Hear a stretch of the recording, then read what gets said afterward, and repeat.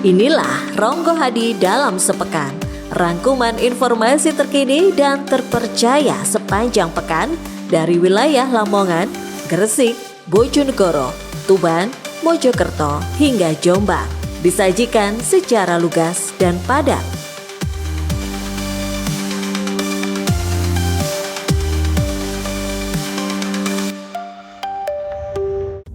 Ronggo Hadi dalam sepekan. Lahan kosong bekas pengeboran minyak di lingkungan Kedung Sari, Kecamatan Magersari, Kota Mojokerto diduga kerap disalahgunakan sebagai lokasi pertemuan kelompok pria penyuka sesama jenis. Lokasi tersebut berupa kolam air hangat seluas sekitar 5-6 meter yang berada tepat di samping rel kereta api dan dikelilingi ilalang. Warga sekitar seperti RB 40 tahun dan Sri AC 60 tahun menyebut aktivitas mencurigakan telah berlangsung sejak 2023 dan terjadi hampir setiap malam, melibatkan pria dari luar kota yang datang secara berpasangan. Di lokasi, warga beberapa kali menemukan alat kontrasepsi, bungkus pelumas, dan pakaian dalam laki-laki yang diduga bekas pesta seks sesama jenis. Warga sekitar termasuk penghuni perumahan Tunggadewi Residen yang jaraknya hanya sekitar 7-10 meter dari kolam, sering mendengar suara gaduh dari arah lahan kosong saat malam hari. Kekhawatiran pun muncul karena aktivitas tersebut dinilai meresahkan dan dikhawatirkan memberi dampak negatif terhadap lingkungan terutama bagi anak-anak. Warga telah memasang palang sebagai bentuk penolakan. Menanggapi laporan tersebut, PLTK Satpol PP Kota Mojokerto Abdul Rahman Tuwo mengatakan pihaknya sudah berkoordinasi dengan kelurahan dan masyarakat untuk mengumpulkan data dan akan mengambil tindakan tegas jika ditemukan pelanggaran di lokasi tersebut. Intinya tempat ini adalah aset Pemda Kota Mojokerto. Kami mohon maaf atas ketidaknyamanannya. Kami turun dari Dinas Perhubungan, Dinas Lingkungan Hidup Satpol PP. Besok hari Kamis akan kami pasang lampu sorot 1 unit, kemudian dibersihkan oleh Dinas Lingkungan Hidup, kemudian dikasih semacam pot untuk memperindah. Kemudian kami koordinasi dengan Satpol PP dan Pak Camat dan Pak Lurah serta Pak RT untuk lebih menjaga tempat ini. Mudah-mudahan akan menjadi lebih baik berikutnya. Kalau habis maghrib ditutup, aslinya ditutup kalau malam. Ditutup digembok manual oleh pihak lingkungan. Jadi kalau malam mungkin tidak terlalu tidak ada. Ronggo Hadi dalam sepekan. Sebanyak 370 siswa baru SMP Negeri 1 Lamongan langsung menerima manfaat program makan bergizi gratis atau MBG dari pemerintah pusat pada hari pertama tahun ajaran 2025-2026. Kepala SMPN 1 Lamongan Yayu Setiarahayu menyampaikan bahwa seluruh siswa baru telah didaftarkan sebagai penerima MBG sebelum kegiatan sekolah dimulai. Program ini diberikan bertepatan dengan pembukaan masa pengenalan lingkungan sekolah atau MPLS dan diharapkan dapat mendukung semangat belajar siswa selama masa transisi dari SD ke SMP yang berlangsung selama 5 hari. Kepala Satuan Pelayanan Pemenuhan Gizi atau SPPG Lamongan, Agustin Nurul Hardian, menyebut bahwa program MBG di Lamongan telah menjangkau 3.543 siswa dari 6 sekolah dengan dukungan 11 dapur SPPG yang tersebar di sejumlah kecamatan. Setiap hari dapur tersebut melayani ribuan penerima manfaat, termasuk siswa dari wilayah pesisir hingga perkotaan. Bupati Lamongan Yurono Effendi yang hadir membuka MPLS mengingatkan pentingnya menciptakan lingkungan sekolah yang aman, nyaman, dan bebas dari perundungan, serta menjadi tempat yang membahagiakan bagi para siswa sejak hari pertama.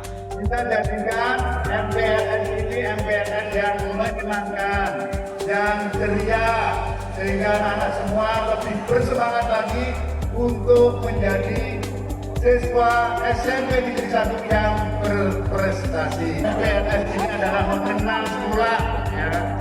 Bakti kepada orang tua, hormati gurumu dan sayangi teman. Ronggo Hadi dalam sepekan. Kasus temuan belatung dalam makanan program makan bergizi gratis atau MBG di Kecamatan Tambak Boyo, Kabupaten Tuban terjadi di 2 sekolah sekaligus pada Selasa 15 Juli 2025. Camat Tambak Boyo Ari Wibowo Waspodo menyampaikan bahwa belatung ditemukan dalam 4 wadah makanan, masing-masing 2 di SMA Tambak Boyo dan 2 di SMK Tambak Boyo. Program MBG yang mulai dilaksanakan pada hari pertama masuk sekolah, Senin 14 Juli, juga disalurkan ke SDN Sobontoro, SDN Merkawang, dan SDN Glondong Gede. Meski ada insiden tersebut, siswa-siswi terlihat sangat antusias dan sebagian besar makanan yang dibagikan tetap habis dikonsumsi. Hingga kini, pihak kecamatan belum melakukan koordinasi lanjut dengan penyedia MPG, yakni Satuan Pelayanan Pemenuhan Gizi atau SPPG. Namun, Camat Tambapoyo memastikan akan segera berkomunikasi dengan SPPG agar kejadian serupa tidak terulang. Terkait temuan ulat, kemarin saya juga malah baru tahu dari teman-teman media bahwa sore hari ternyata ada ditemukan ulat dalam ompreng makan yang bergizi. Kemarin informasinya 2 titik di SMK sama di SMP. Para itu laporannya kami. Sebenarnya informasi yang kemarin ada 4 ompreng, 2 di satu titik, 2 lagi di satu titik. Untuk penarikan makanan bukan dari kewenangan kami, untuk nanti koordinasi dengan teman-teman yang ada di SPPI di dapur umum. Kami akan mendorong teman-teman dari dapur untuk koordinasi dengan kita stakeholder yang ada di kecamatan. Semoga nanti ke depan tidak ada kejadian seperti kita. Ketika wartawan mencoba mengonfirmasi langsung ke dapur penyedia makanan Putra Jaya Kitchen di Desa Glondong Gede, Kecamatan Tambapoyo, pihak keamanan menyebut seluruh tim tidak berada di tempat dan belum bisa memberikan pernyataan resmi. Ronggo Hadi dalam sepekan. Warga Dusun Jati Dhuwur, Kecamatan Kesamben, Jombang digegerkan dengan penemuan jasad pria tergantung di pohon kawasan hutan Tegalan, Senin pagi 14 Juli 2025. Korban berinisial PS, 25 tahun, warga desa Pulorejo, Kecamatan Tembelang, dilaporkan hilang sejak pertengahan Juni. Jasadnya ditemukan dalam kondisi membusuk dan tinggal sebagian tulang, sekitar 500 meter dari permukiman warga. Seorang petani yang hendak memanen talas melihat jasad itu pada Minggu sore, namun baru melaporkan keesokan harinya.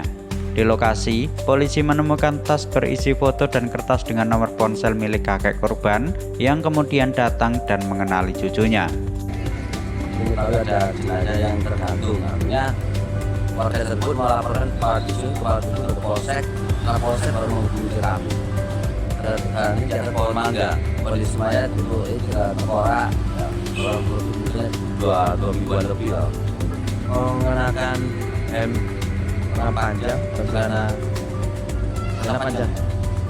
Kepala Dusun Jati Dhuwur, Muadi, mengatakan bahwa keluarga menyebut PS mengalami tekanan batin setelah putus cinta dan meninggalkan rumah tanpa kabar. Dugaan sementara korban nekat mengakhiri hidupnya karena depresi, namun polisi belum menyimpulkan penyebab pasti kematian. Kapolsek Kesamben Ibtu Niswan menyatakan pihaknya masih menunggu hasil visum dari RSUD Jombang dan terus menyelidiki apakah peristiwa ini murni bunuh diri atau ada unsur lain yang terlibat. Ronggo Hadi dalam sepekan. Kejaksaan Negeri Jombang memusnahkan ribuan barang bukti dari 123 perkara pidana yang telah berkekuatan hukum tetap selama periode Maret hingga Juli 2025.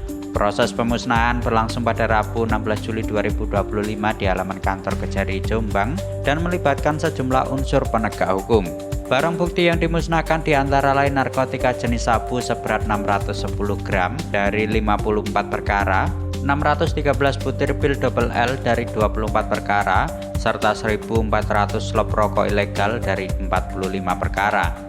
Selain itu, turut dihancurkan ratusan botol minuman keras berbagai merek, alat hisap sabu, pipel kaca, dan pil Yarindu. Metode pemusnahan dilakukan dengan cara dibakar, direndam, dan dicampur dalam air agar tidak bisa digunakan kembali.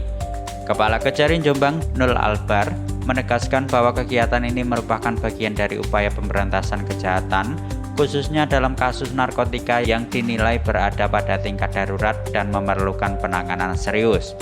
Kami berharap bahwa ini adalah salah satu upaya kita untuk memberantas kejahatan narkotika khususnya. Karena kejahatan narkotika ini adalah kejahatan yang darurat. Artinya butuh penanganan khusus, bisa membina generasi muda untuk bisa meneruskan pembangunan yang bebas dari pengaruh narkotika.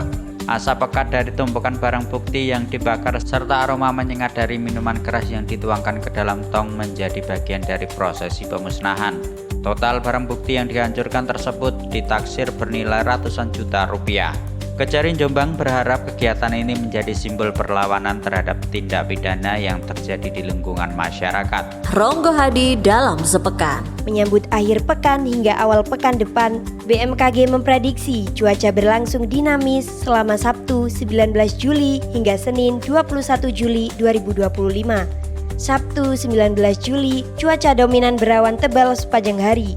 Suhu berkisar 25 sampai 29 derajat Celcius dan potensi hujan ringan tetap terbuka terutama pada sore hari hingga malam hari.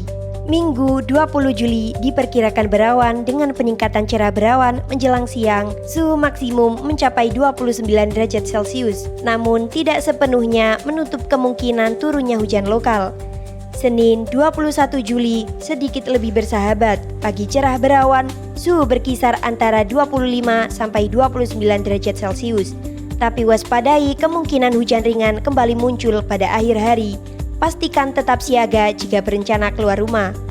Berpindah ke kondisi maritim, informasi resmi dari BMKG Maritim Tuban menunjukkan bahwa selama periode 19 sampai 21 Juli, tinggi gelombang di perairan Tuban sampai Lamongan berada dalam rentang 0,7 hingga 1,1 meter, tergolong rendah hingga sedang.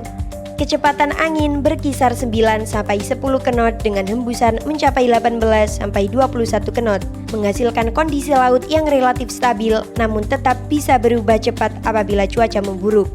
Nelayan dan operator kapal kecil dianjurkan untuk memantau perkembangan cuaca laut secara rutin via kanal resmi BMKG Tuban atau website pusat BMKG di bmkg.go.id. Tetap siaga dan utamakan keselamatan Anda. Ronggo Hadi dalam sepekan. Jika ada klarifikasi atau hak jawab, hubungi 081 23027 929 atau kirim pesan ke @ronggohadi9780.